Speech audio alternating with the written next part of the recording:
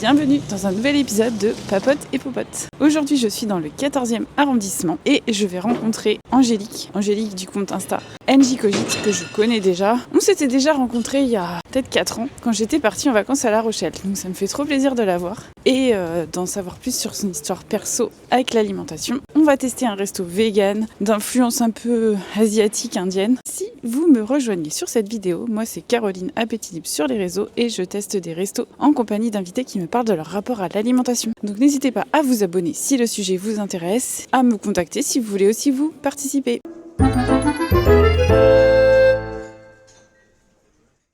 J'ai rejoint Angélique. Salut Angélique. Salut. Tu vas bien ? Oui, toi ? Ça va très bien. Alors, est-ce que tu peux te présenter juste très succinctement pour commencer ? Donc on se connaît d'Instagram évidemment, puisque j'ai un compte Instagram que j'ai démarré il y a quelques années parce que je proposais la naturopathie, chose que je ne fais plus du tout aujourd'hui. Et aujourd'hui j'ai un compte plutôt critique sur le sujet. On s'est rencontrés aussi, je pense, parce qu'on parlait pas mal alimentation intuitive à un moment donné. Et voilà, globalement. Okay. Et sinon, en dehors de ce compte-là, puisque du coup je ne fais plus de naturopathie aujourd'hui, je suis graphiste en freelance. Ça marche, on mettra tes comptes Insta dans la description. Voilà. Et ben c'est parti du coup, on va tester ce petit resto. Allez. C'est parti.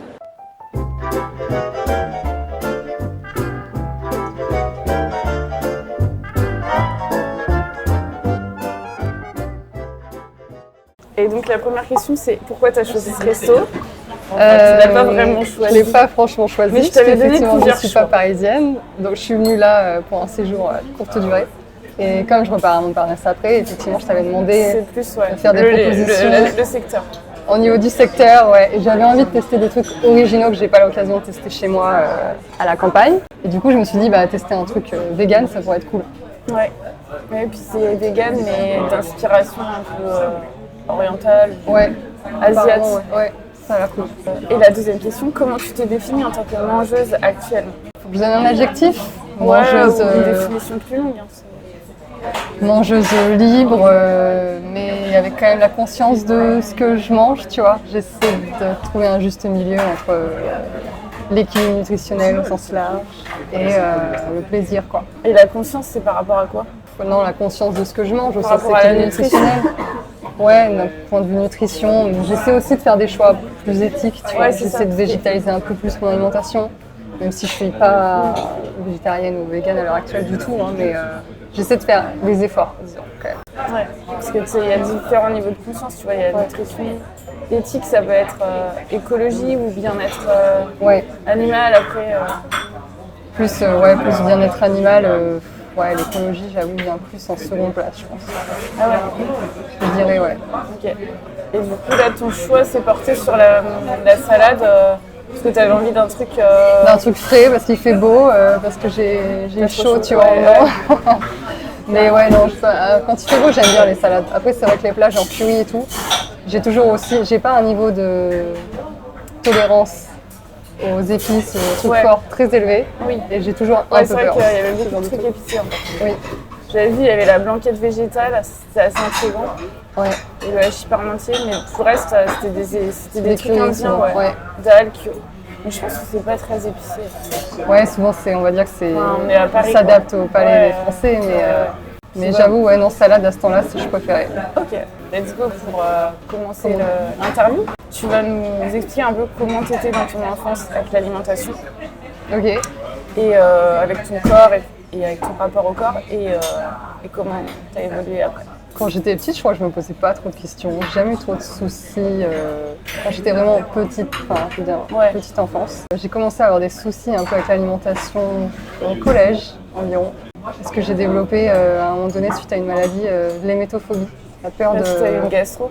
Plus pire qu'une gastro, un genre d'hépatite, tu vois, un truc qui finit sur le foie et qui te rend vraiment... T'avais mangé quelque chose de particulier ? Non, c'était viral, je pense. C'était viral. Et t'avais vomi ? Ouais, j'ai été archi malade pendant bien 3-4 jours, tu vois. Et ça m'a un peu, traumatisée, tu vois, alors que j'étais gamine. T'avais quel âge ? 11 ou 12 ans, je dois être en 6e, dans ces eaux-là. Et à la suite de ça, du coup, j'ai eu quand même des soucis à remanger normalement. Ça m'a mis longtemps. C'était pas une anorexie typique au sens mais une pourtant, volonté. C'était pas en lien avec un truc que tu avais mangé. Non. Mais ça t'a quand même développé... Ouais, parce qu'en fait, j'ai commencé à... rien que la sensation d'avoir quelque chose dans l'estomac, j'avais l'impression que j'allais vomir. C'est complètement con, tu vois, mais en fait, je me sentais rassurée à pas manger. En me disant que si je mangeais pas, je vomirais moins, tu vois. C'était complètement con. Non, mais c'est pas débile parce que t'as Ariane la psy qui avait dit la même chose, mais elle, c'était en lien avec une pizza au fromage. Du coup, elle avait une phobie de la pizza au fromage et ça s'était développé. Ouais, pour moi, s'il n'y avait pas eu un aliment particulier. C'était vraiment le fait de se sentir lourde après le repas. En fait, pendant longtemps, du coup, j'ai adapté mes portions pour manger quand même très peu. Et s'ajoute à ça que j'ai eu d'autres soucis de santé qui font que globalement, j'avais perte d'énergie, perte d'appétit au sens large. Donc, j'ai mis du temps à me sortir de ça. On va dire fin du collège, je me suis sortie de ça parce que j'ai été aussi opérée pour mes autres soucis de santé. Mais j'ai eu ça quand même un moment. Et du coup, après ça, globalement, ça allait mieux. Je pense que j'en serais jamais tout à fait sortie de ce truc-là parce que tu vois, je flippe très vite dès que je me sens un peu lourde. Quand on parle de gastro, tu vois aussi, j'ai tendance à avoir envie de vomir rien qu'à entendre le terme que de dire quelqu'un qui a la gastro, tu vois. Mais globalement, ça va. Je veux dire, ça m'empêche pas de manger ou de vivre normalement aujourd'hui, quoi. Mais t'as dû flipper quand t'étais enceinte, non? Ouais, j'avais peur de vomir du coup. Mais je savais que de toute façon, quand t'es enceinte, t'avais des nausées. Forcément, tu vas essayer d'avoir des nausées. J'ai eu des nausées, genre vraiment l'envie de vomir, pas loin, vraiment à 2 doigts de vomir, mais j'ai jamais, je touche du bois, j'ai jamais vomi. Ouais. Mais oui, ça faisait partie des trucs, même voir mon enfant vomir, c'est un truc... Mais t'as pas chopé une gastro suite à... Toi, il a pas été en collectivité avant longtemps. Il y a été à peu près assez 1 an et demi et il y allait que 2 jours par semaine. Et il a pas chopé de gastro de l'enfer là? Il a eu une fois où il a été malade, c'était pas une gastro, je pense que c'était Covid peut-être d'ailleurs, je n'ai jamais trop su, mais il a eu une fois où il était malade avec de la fièvre où il a fait un vomissement. C'était horrible. Et en 4 ans, s'il va y avoir 4 ans le mois prochain, il a vomi qu'une seule fois, tu vois. Donc, t'as eu de la chance. Donc je trouve que je suis quand même bien épargnée. Ouais. Mais ouais, c'est toujours un sujet un peu sensible, les gens qui vomissent, tout ça. Ça va rester un truc un peu sensible, mais ça m'empêche pas de vivre aujourd'hui, quoi. Et après, au-delà de ça, j'ai démarré plus tard le sport et le fitness à la fin de mes études. Et j'ai été un peu, voire beaucoup trop influencée par tout ce qui était un peu les fit girls de l'époque, Sissi Mua, tout ça. Qui avait d'ailleurs souvent des tendances végétariennes, tu vois. Et je me suis mis aussi à l'époque, j'essayais quand même d'être un max végétarienne. Sauf que en fait, le problème, c'est que je faisais du sport, donc quand même régulièrement. Mais je mangeais pas suffisamment par rapport aux besoins sportifs que j'avais, tu vois. Donc je galérais pour autant à améliorer mes perfs ou à développer de la masse musculaire, tu vois. Je mangeais trop peu.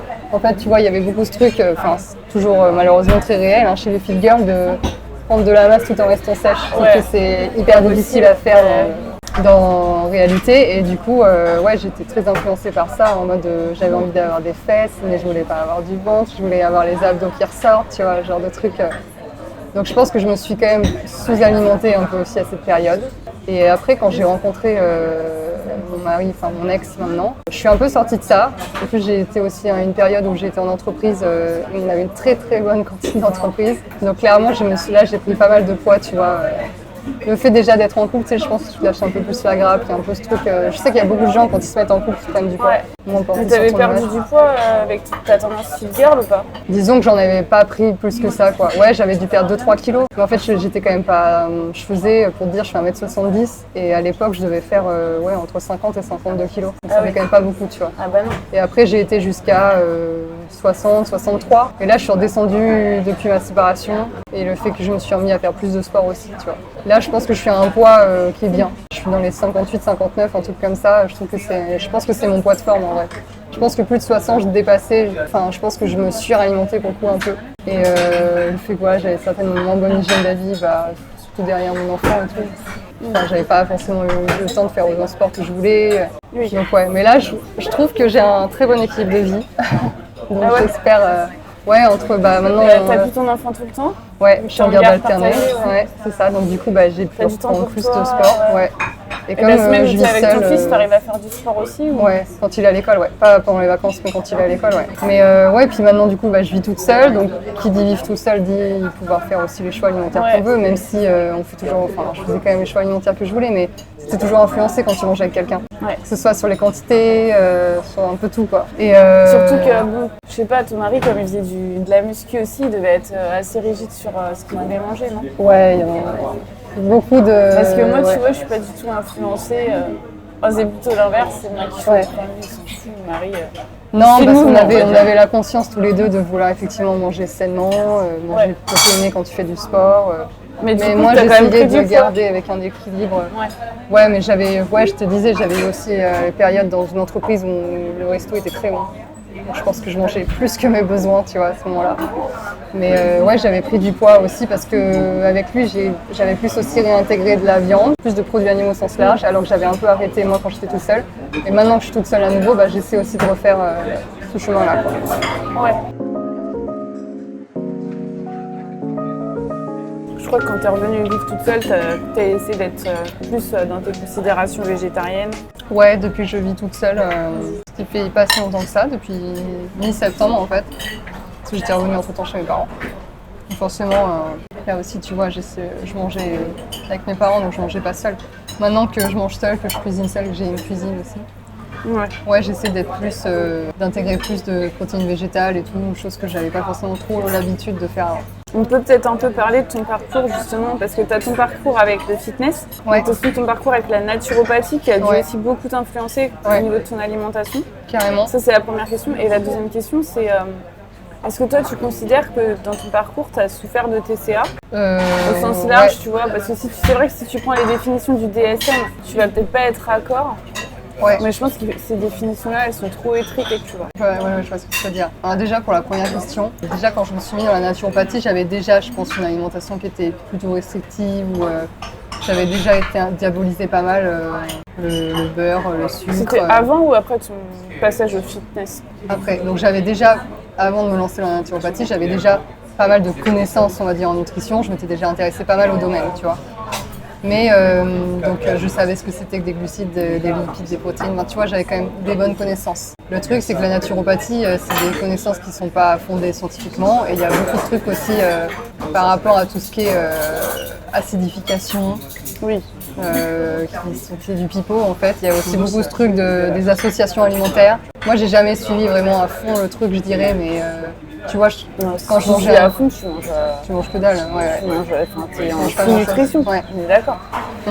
J'essayais de faire quand même des choix qui comprenaient un peu quand même ce truc de naturopathie, tu vois. Mais j'ai jamais été hyper stricte et même, tu vois, dans les consultations que j'avais à l'époque, j'ai jamais donné de régime excluant, par exemple. Et ce qui est marrant en naturopathie, c'est que selon les naturopathes, tu peux avoir des conseils un peu complètement contradictoires. Enfin, t'en as qui sont plutôt pro-végétariens, t'en as d'autres qui vont dire ah non, il faut absolument manger des protéines animales. En fait, t'as un peu différents sons de cloche. Donc au final, c'est difficile de cerner cette spécialité. Mais parce qu'en fait, il n'y a pas de... Comment dire? Chacun fait son interprétation de la naturopathie. La naturopathie, vraiment, à l'origine, c'était plus effectivement végétaliser son assiette, manger du cru. Il y a même un courant très sectaire, vraiment, tout ce qui est crudivorisme, où en plus il y a une dimension spirituelle aussi où ils ont l'impression que les aliments qui ont été cuits sont plus vivants et donc bénéficieraient de moins, je sais pas, ça nourrirait moins en termes d'énergie le corps, tu vois. Alors que tu as une autre version qui te dit que le cru ça fatigue, non? Ouais, alors qu'il y a des naturopathes qui disent aussi que le cru fatigue. J'ai plutôt entendu parler de ça. Ouais, mais je pense pas, c'est pas le courant majoritaire en naturo.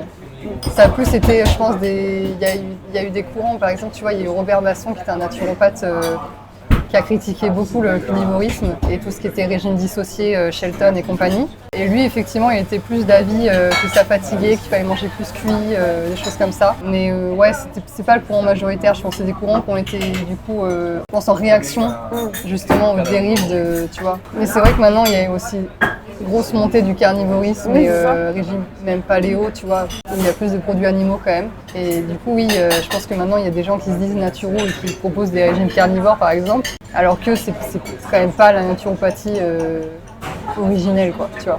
Mais c'est vrai que comme, en fait, il n'y a rien de réglementé, c'est pas une discipline au sens strict, il n'y a pas de diplôme d'état, n'importe qui fait un peu sa tambouille, quoi, tu vois. Oui. Il y a plein d'écoles. Ouais. Comment t'en es venu à critiquer la naturopathie et à t'en distancier finalement? Parce que maintenant t'es complètement contre. En fait. Ouais, complètement contre. Je mettrais quand même des guillemets dans le sens où... Oui, il y a sûrement des bonnes choses. Ouais, voilà. En fait, pour modérer mon propos, je dirais qu'il n'y a rien de spécifique à la naturopathie qu'on ne peut pas trouver dans d'autres domaines.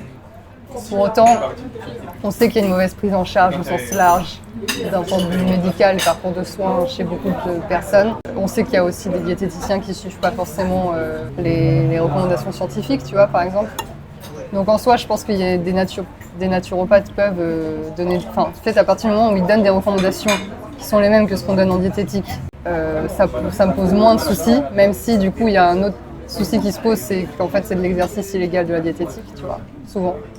Si tu rentres trop dans le détail, en tout cas, si tu donnes que des grandes lignes, c'est-à-dire en gros, répéter le programme nutrition national santé, voilà, ça me pose pas de soucis. Et moi, c'est ce que je faisais en fait à la fin, avant d'arrêter de faire des consultations de naturopathe, tu vois. Et en fait, je me sentais plus trop, j'avais pas l'impression d'avoir une valeur ajoutée parce qu'effectivement, c'était répéter, en gros, les recommandations de comment manger sainement, tu vois. Ouais, mais comment t'as fait pour critiquer en fait? C'est quoi? T'as eu un déclic? Je pense que j'ai commencé à suivre des gens qui critiquaient quand même la naturopathie.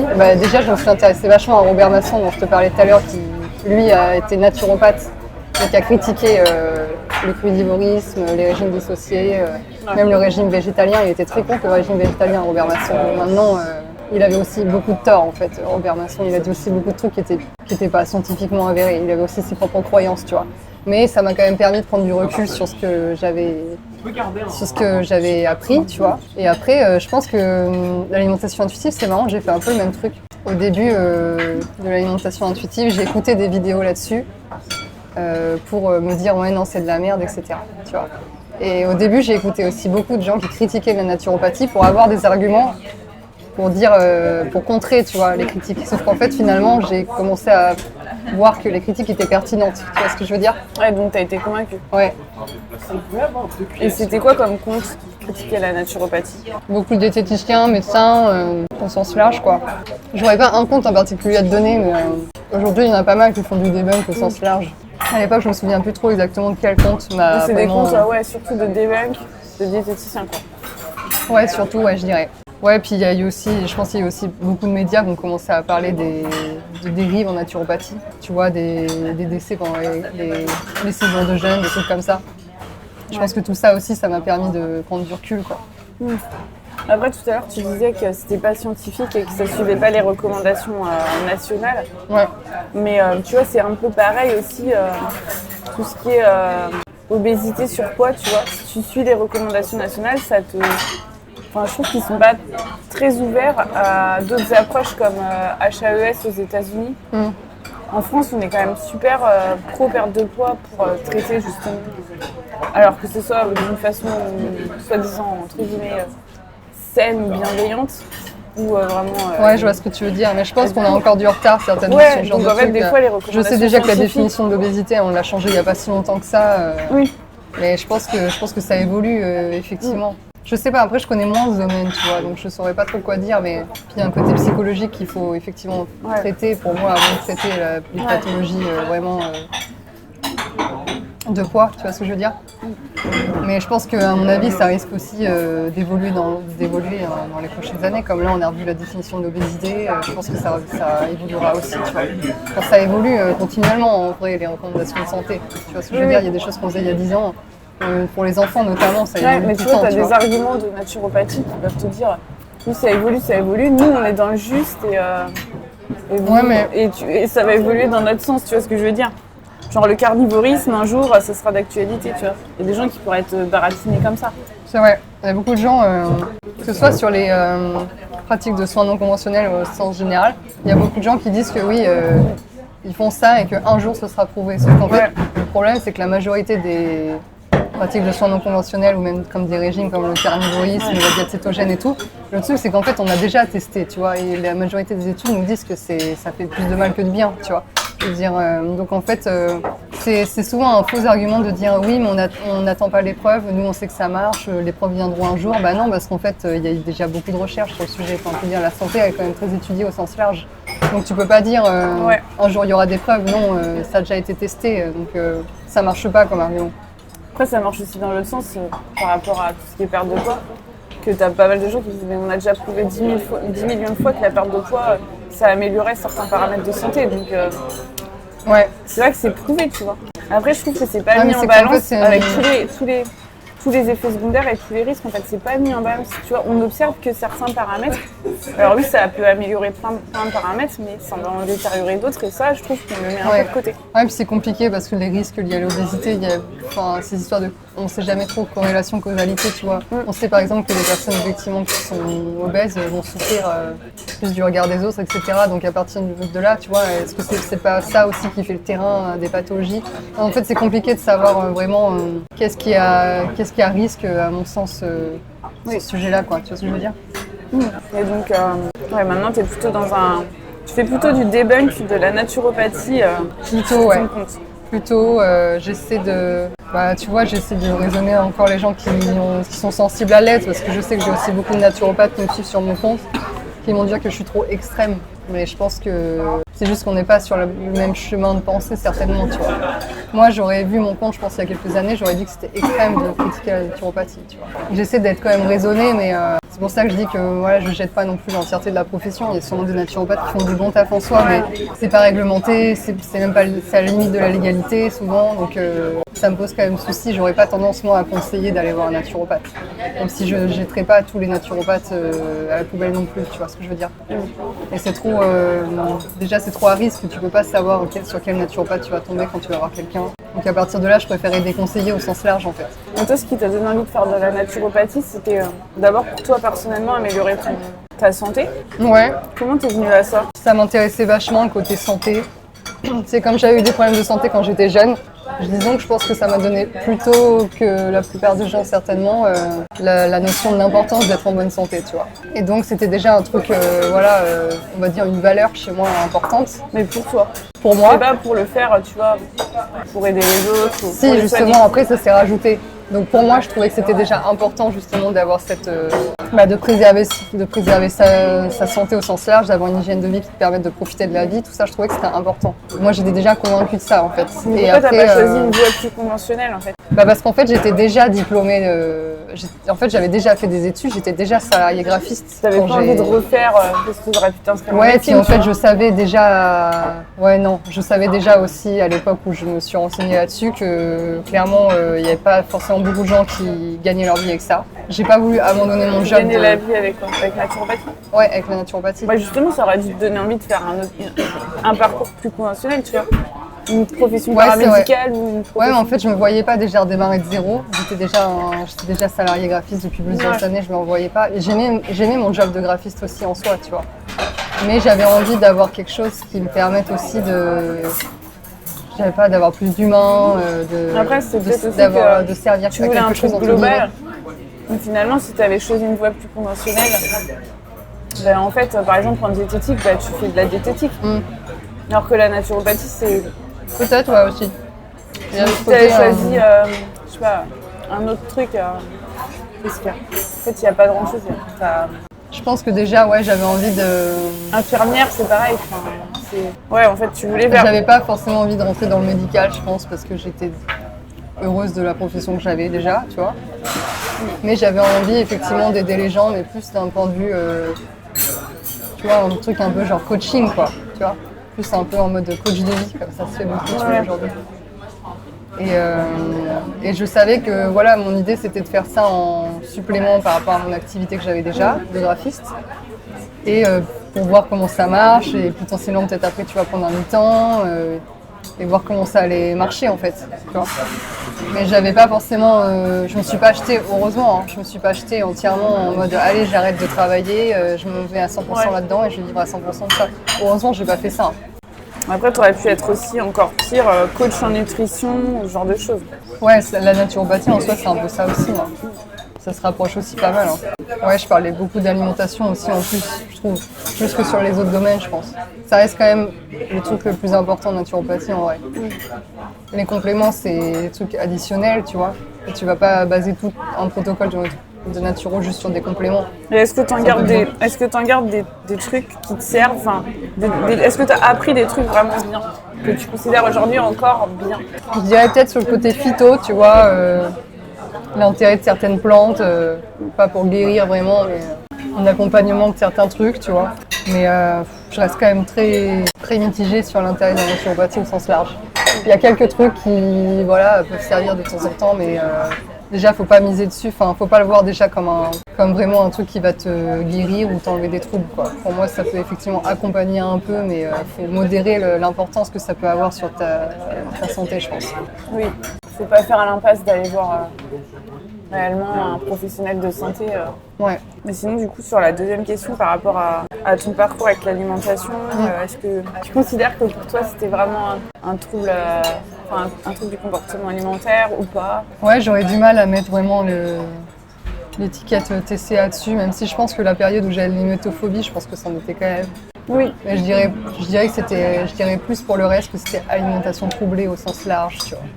Mais après, l'hymétophobie, ça fait partie du ARFID. C'est quoi là? L'ARFID, c'est un trouble alimentaire, surtout chez les enfants. Où, c'est un trouble de l'alimentation restrictive et sélective, évitant. Ah oui, c'est ce que t'as ta fille, non? Ouais. Et qui n'est pas basé sur l'image corporelle. Il n'y a pas d'insatisfaction corporelle. C'est pas dans un but de modifier son apparence. C'est vraiment une peur. Ça peut être justement parce que tu as peur de vomir, ou parce qu'il y a des textures que tu n'aimes pas, que tu ne supportes pas, ou un désintérêt pour... tu as trois formes. Ouais, je pense que ça rentre là-dedans. Je pense que ça rentrerait plutôt là-dedans, parce que tu ne le faisais pas pour maigrir. Mais tu vois, le pire, c'est qu'à l'époque, j'ai été suivie par des médecins, etc. On n'a jamais mis aucun mot là-dessus. Même maintenant, il y a quasiment personne qui connaît ça. Ouais. Moi, je sais que j'avais des gros soucis, notamment pour aller à l'école. Et en fait, mon médecin à l'époque avait dit que c'était une phobie scolaire. Alors qu'en fait, j'avais pas... T'avais peur d'aller à la cantine, en fait. Alors déjà, ma mère m'avait enlevé de la cantine. J'ai jamais été à la cantine jusqu'au lycée. Ma mère m'avait enlevé de la cantine parce que justement, elle savait que sinon, je mangerais rien. Mais en fait, j'avais plus peur d'être malade en n'étant pas chez moi en plus. Donc c'est pas tant que j'avais de la phobie scolaire, j'avais la phobie de tout ce qui était hors de chez moi. Tu vois ce que je veux dire? Du fait d'être malade en n'étant pas chez moi, je pense. Et du coup, j'avais un médecin qui a dit que c'était de la phobie scolaire. Alors qu'en fait, j'avais pas de soucis à la scolarité. En plus, j'étais une très bonne élève, j'avais des amis. J'avais pas de soucis en fait là-dessus. Mais les médecins n'ont pas su trop chercher. Et t'as réussi quand même à continuer d'aller à l'école? Ouais, mais alors franchement, au collège, je pense que j'ai eu 2-3 ans où je devais pas être là un tiers du temps. Ah ouais. J'ai eu beaucoup d'absences quand même. Après, heureusement, j'étais bonne élève, je rattrapais bien mes cours et tout, mais j'ai eu beaucoup d'absences.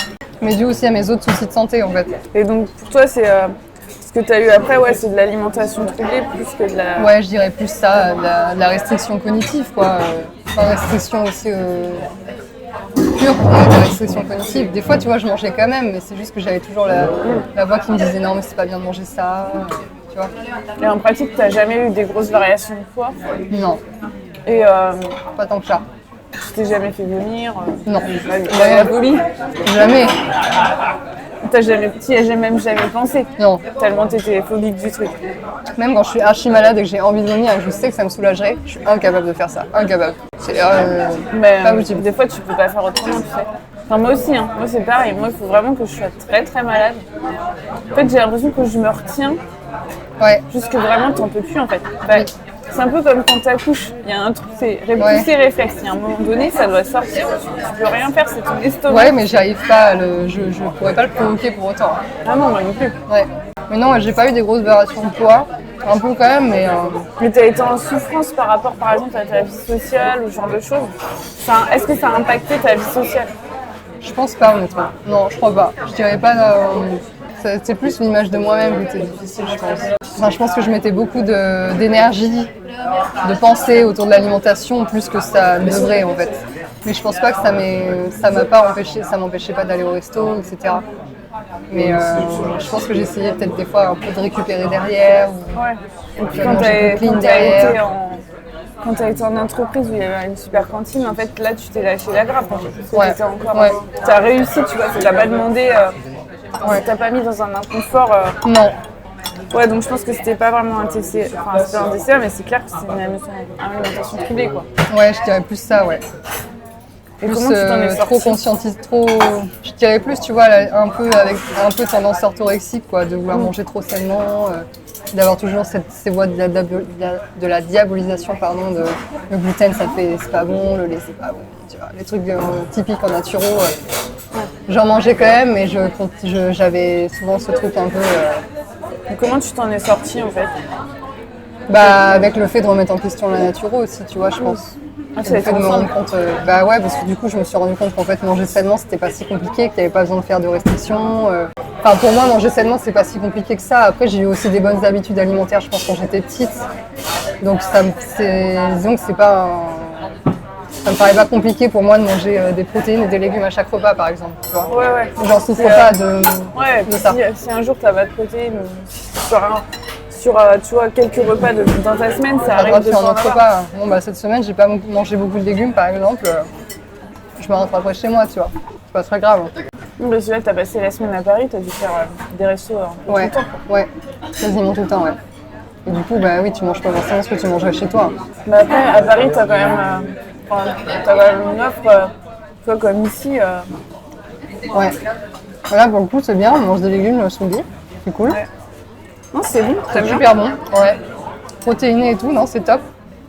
Non, mais après, tu vois, je me suis lâché la grappe aussi. Je te dis, j'étais avec un pote, on a fait beaucoup de restos japonais, sushi et tout. Donc, des fois, il y a des légumes quand même. On fait burger, pizza, voilà. C'est pas la semaine où je savais que j'allais avoir un équilibre alimentaire incroyable. Ouais. C'est pas grave, quoi. Donc, ouais, c'est vrai que les sushis, par certaines catégories de gens, c'est vu comme un truc sain, enfin, entre guillemets, régime. Bah, il n'y a pas trop de légumes quand même. Ouais, Ça moi, je dépend. trouve pas C'est du ça. riz et du poisson. Bah quoi. oui. Puis Moi, je on trouve sait pas que ça c'est équilibré, calorique quand même, de manière générale. Mais bon, moi, après, Oui. je m'en fous. Mais, Oui, non, mais bon, je veux dire, ceux qui n'y connaissent rien, tu vois, ils voient ça un Ouais. peu comme. Ouais, Alors que bon, quand t'as vraiment eu des TCA, tu sais que les sushis, c'est pas du tout l'option. non, le plus simple. Ouais. Ça dépend, sauf si tu prends que des sushis à l'avocat. Bah, et encore, c'est calorique, tu vois. Donc, tu Ça prends des dépend si tu sashimi veux. et Ouais. une salade de choux, quoi. Et hier, tu vois, c'était un japonais avec en mode bento, tu sais, avec plein de petits trucs. J'aime bien ce genre de trucs. Et il y avait justement des parts de crudité et tout, donc c'était cool. Mais après, ouais, je me lâche la grappe là-dessus, quoi. Quand Mais t'es tu pas penses chez que- toi, tu vois, c'est pareil, j'essaie de végétaliser mon alimentation, mais quand les gens me proposent des trucs qui sont pas où il y a de la viande, je la mange, tu vois. Je suis pas, c'est pas une, Oui, parce que c'est ponctuel. c'est pas une volonté assez forte pour. Ouais. Mais par exemple, si tu devais être amené à manger tous les midis au resto, J'essaierai de faire. Là, tu vois, cette semaine, par exemple, j'ai mangé un burger, j'ai pris un burger végétarien, une pizza, j'ai pris une pizza végétarienne. Mais ah, mais ça, c'est pourquoi? Pour des raisons éthiques ou juste pour l'équilibre les deux, je pense. Les deux. Déjà, ça fait plus de légumes et ça fait plus de fibres en général quand tu prends les options végétariennes. Ouais. Et même souvent, j'aime bien, tu vois, par exemple, j'ai pris le pizza à l'aubergine, j'adore l'aubergine. Je me suis pas privée en prenant l'option végétarienne, c'est aussi parce qu'au goût, c'était celle qui me donnait le plus envie. D'ailleurs, la pizza végétarienne, c'est celle qui donne le moins soif. En fait, quand tu prends. Moi, souvent, quand je prends une pizza entière, tu vois, après, j'ai super soif. C'est Ça dépend ce qu'il y a dessus. C'est Le le jambon, symptôme de... Ouais, en plus, t'as Le serrano ou le saumon Ouais, c'est fumé ça. donne trop soif. Je trouve que la pizza végétarienne, c'est pas mal. Après, t'as même les pizzas véganes, t'as même pas le fromage. Ouais, là, c'est un sympa. train. J'ai un pote qui est vegan en plus, donc tu vois, je mange. Ça fait quelques temps que je mange régulièrement chez lui, donc du coup, ça m'apprend aussi à prendre d'autres habitudes alimentaires. Même si j'ai pas forcément là la volonté de l'être, mais ça, au moins, ça permet de faire Ça d'autres varie, types de ouais. repas. Ouais, je trouve que ça pousse un peu ta créativité. Ouais. J'ai testé plein d'alternatives végé aussi. Genre, l'autre jour, j'ai testé le saucisson et le chorizo de chez La Vie. Ah, tu les as trouvés? Je les trouve partout en grande surface maintenant. Chez Monoprix, je les ai trouvés, je crois. Pas à Paris. À Paris, les choix en grande surface, c'est restreint. Parce que les petites Ah ouais surfaces, c'est pas les grands hypermarchés. Mais quand moi, je les ai suis- trouvés dans un Monoprix de centre-ville. De chez moi, c'est pas une grosse ville. Ah ouais. Bah, moi, je trouve le jambon, mais le chorizo et le saucisson, Ah ouais. non. Je l'ai Étonnant. testé justement dans un sandwich dans une boulangerie qui est végane. Ah ouais. Mais sinon. Pourtant, moi, je me serais dit qu'à Paris, Moi, je t'avais trouve quand même plus de qu'avant- facilité de manger végétal, tu vois. Ah oui, mais il faut Pas carrément parce forcément dans les que. grandes surfaces. Enfin, non, c'est que c'était plus En fait, petite. à Paris, t'as une super offre de resto et tout. Mais quand tu vas dans les petits Franprix, les petits. Ouais, petits mais parce que c'est Monoprix, des trop petites surfaces voilà. pour avoir ce genre en de fait, choix. t'as beaucoup moins de choix. Moi, quand je vais chez mes parents et que je vais au Leclerc, c'est un hypermarché. Mais il y a beaucoup plus de trucs nouveaux, Bah là, moi, de gamme. je sais pas, Monoprix dans les centres-villes, en général, ils ont beaucoup les offres Oui. végétales. Non, mais je t'as trouve. des trucs, mais souvent les toutes dernières nouveautés, genre le chorizo, c'est quand même récent leur truc là. Ouais. Moi, je les trouve même au supermarché de chez moi, hein, qui est pas un grand supermarché. Hein. Après, je pense que ça dépend des politiques des magasins, hein, je sais pas. Ouais. Alors tu conseilles? Bah, ça ressemble pas à du chorizo ou du saucisson classique. Ouais. Ça pas autant. C'est un peu moins salé, je pense. Mais ça ressemble quand même pas mal. Hein. Moi, je trouve que c'est quand même une bonne alternative. Ouais. Ton côté naturopathe, pas du tout, parce que les simili-carnés, ça a quand même C'est mauvaise très transformé. Bah oui, c'est transformé. C'est sa mauvaise presse parce que c'est transformé, qu'il y a beaucoup d'additifs, tout ça. Enfin, et encore, ça dépend desquels. En fait, déjà, le truc, c'est que scientifiquement, maintenant, je sais, tu vois, il y a eu beaucoup d'études sur le fait que c'est pas tant le degré de transformation des aliments qui importe, c'est davantage aussi la composition nutritionnelle de ceux-ci. Et on sait quand même que les ingrédients même ultra transformés, enfin tout ce qui est simili-carné, etc., alternatives végétales, ont des meilleurs résultats santé que la viande rouge par exemple, enfin même la charcuterie se transformait aussi, donc c'est encore pire, tu vois. Donc ouais non, maintenant je sais ça, je culpabilise pas parce que justement je sais que d'un point de vue scientifique ça a été prouvé que c'est pas tant le degré de transformation qui joue. Après ce que je trouve dommage c'est que c'est souvent encore cher pour ce que c'est, les alternatives végétales. Donc c'est quand même bien d'essayer de cuisiner soi-même et de pas compter tout le temps sur ce genre de trucs je trouve. Tu vois, je me suis mis, j'ai acheté en gros des protéines de soja texturées chez Coro. Ça c'est vraiment le rapport qualité-prix incroyable. Ouais. Et du coup, tu Puis peux aussi, cuisiner niveau de de la plein de façons. protéine, Ouais, c'est imbattable. Ouais, t'as pas C'est imbattable. Et du coup, ouais, le ratio, la composition nutritionnelle est top, c'est pas cher. Tu peux l'accommoder sur plein de recettes. Donc, ouais, c'est un ingrédient. Après, c'est ultra transformé quand même. Parce que t'as quand même un process. C'est pas ultra transformé, mais c'est transformé, ouais. Pour extraire la protéine du soja, ouais. C'est pas catégorisé en ultra. Je crois pas. Ok. Je pense pas.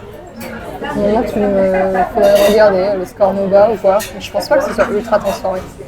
Souvent, c'est quand il y a des additifs ou l'ajout de sel ou des choses comme ça. Là, ça reste quand même brut, c'est juste que c'est la protéine qui a été isolée. C'est un processus chimique, tu vois, pour déshydrater le De truc. séchage, ouais. Ouais, mais pour autant, tout ce qui est aliments déshydratés, ça reste transformé, mais pas ultra transformé. Ouais, mais il n'y a pas autre chose que la déshydratation. Ils le font pas. Je sais plus exactement. Tu vois, le popcorn, Ouais. c'est quand même que du maïs. Oui. Des fois, il y a du sel et du sucre. Ouais, c'est soufflé. Si tu Ouais. fais c'est soufflé. Et Donc c'est transformé quand même, ouais. Ouais, mais le fait de souffler, ça rajoute pas un truc mauvais, non? Je sais pas. Ça change, je pense, la matrice des aliments, tout ce qui est. C'est comme les pommes de terre, tu vois, quand tu le les point fous de dans la friteuse. la glycémie, ouais, mais du coup tu rajoutes du gras et de la friture. Ah oui. Non, mais par contre, effectivement, la pomme de terre, tu pourrais prendre cet exemple, quand tu l'as cuit à l'eau et que tu l'as fait refroidir, par exemple, ça baisse l'index glycémique. Donc des fois, oui, Ouais, il y a des c'est impacts, assez fou comme truc. ouais. Mais pareil avec les pâtes et tout ça, il Ouais. paraît. C'est vrai. Donc oui, ça transforme, donc à partir de là, ça change quand même la matrice de l'aliment, mais ça n'a pas d'impact santé forcément, quoi.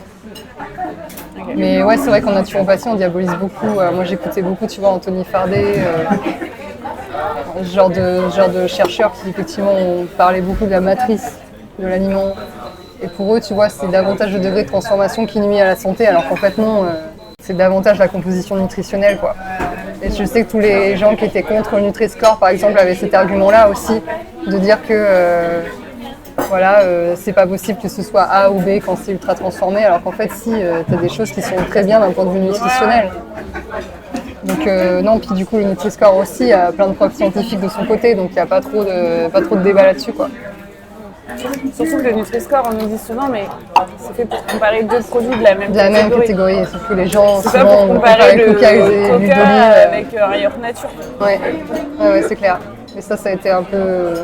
Les gens comprennent pas trop. Ouais. Je pense qu'il y a eu un manque de je pense qu'il y a toujours un manque de communication autour de ça. Merci beaucoup Angélique, ça m'a fait trop plaisir de te voir. Bon, malheureusement, on a dû un peu écourter la séance parce que tu vas reprendre ton train à Montparnasse. Ouais. Tu reviendras? Oui, j'espère. Merci beaucoup pour l'invitation, c'était très cool et puis du coup de découvrir Bah, Ça quelque chose t'a que plu j'ai pas chez moi. Ouais. Mais je pense que, alors du coup, les j'ai deux bien aimé desserts, j'ai tout, tu pourras me faire une petite photo du dessert, comme ça, on le mettra. on a pris les desserts à emporter pour manger dans la Alors gare. ils disent que c'est pas des cheesecakes, mais ça ressemble à des cheesecakes. Ouais, c'est des entremets, Mais du coup, c'est vegan. T'as déjà mangé des desserts vegan? Pas énormément. Pas énormément. Franchement, c'est... J'ai hâte de voir. Ça passe ou ça casse. Ouais. Tu vois, il y a des trucs genre le flan. J'ai jamais trop kiffé parce que ça passe ce truc, ouais. T'as un espèce de goût de soja ou je sais pas. C'est plus difficile souvent plus difficile à faire. Mais souvent Ouais, t'as des super desserts vegan. Franchement, on va voir ça. Tu me feras un petit retour par message. Ouais. Et bah écoute, rentre bien. Merci beaucoup. Par chez toi. Merci. Et à New York, c'est ça, enfin à côté. Ouais, à côté. Et on se dit à la prochaine vidéo. À la prochaine. Et n'hésitez pas à partager, liker, commenter et vous abonner. Bye bye. Salut.